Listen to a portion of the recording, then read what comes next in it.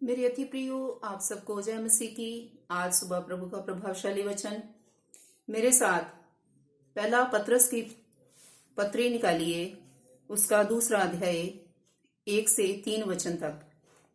इसलिए सब प्रकार का वैर भाव और छल और कपट और ढा और बदनामी को दूर करके नए बच्चे जन्मे हुए बच्चों की नाई निर्मल आत्मिक दूध की लालसा करो, ताकि उसके द्वारा उद्धार पाने के लिए बढ़ते जाओ, यदि तुमने प्रभु की कृपा का स्वाद चख लिया है। आमीन।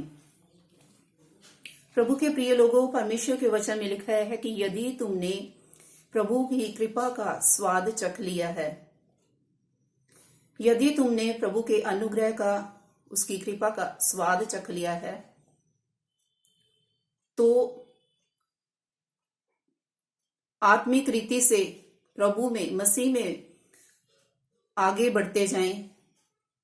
क्योंकि प्रभु के वचन में लिखा है कि जब तुमने प्रभु यीशु मसीह का, उस मसीह का, उसकी कृपा का स्वाद चख लिया है, तो उसके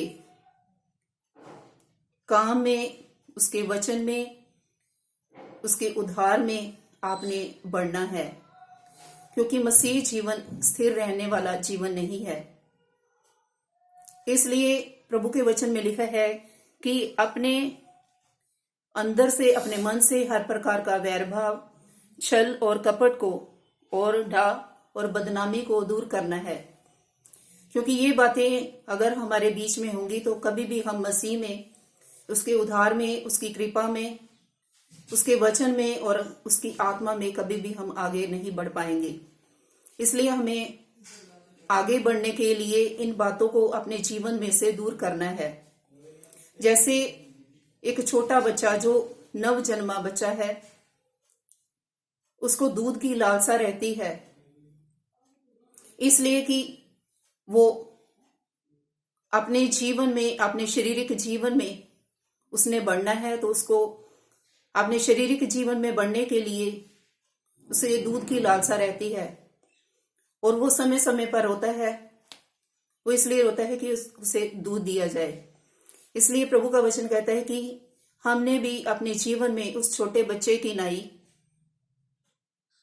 प्रभु के उद्धार की, उसके वचन की और उसकी पवित्र आत्मा की अपने जीवन में लालसा को रखना है, ताकि हम मसीह में ग्रो करते जाएं, हम बढ़ते जाएं।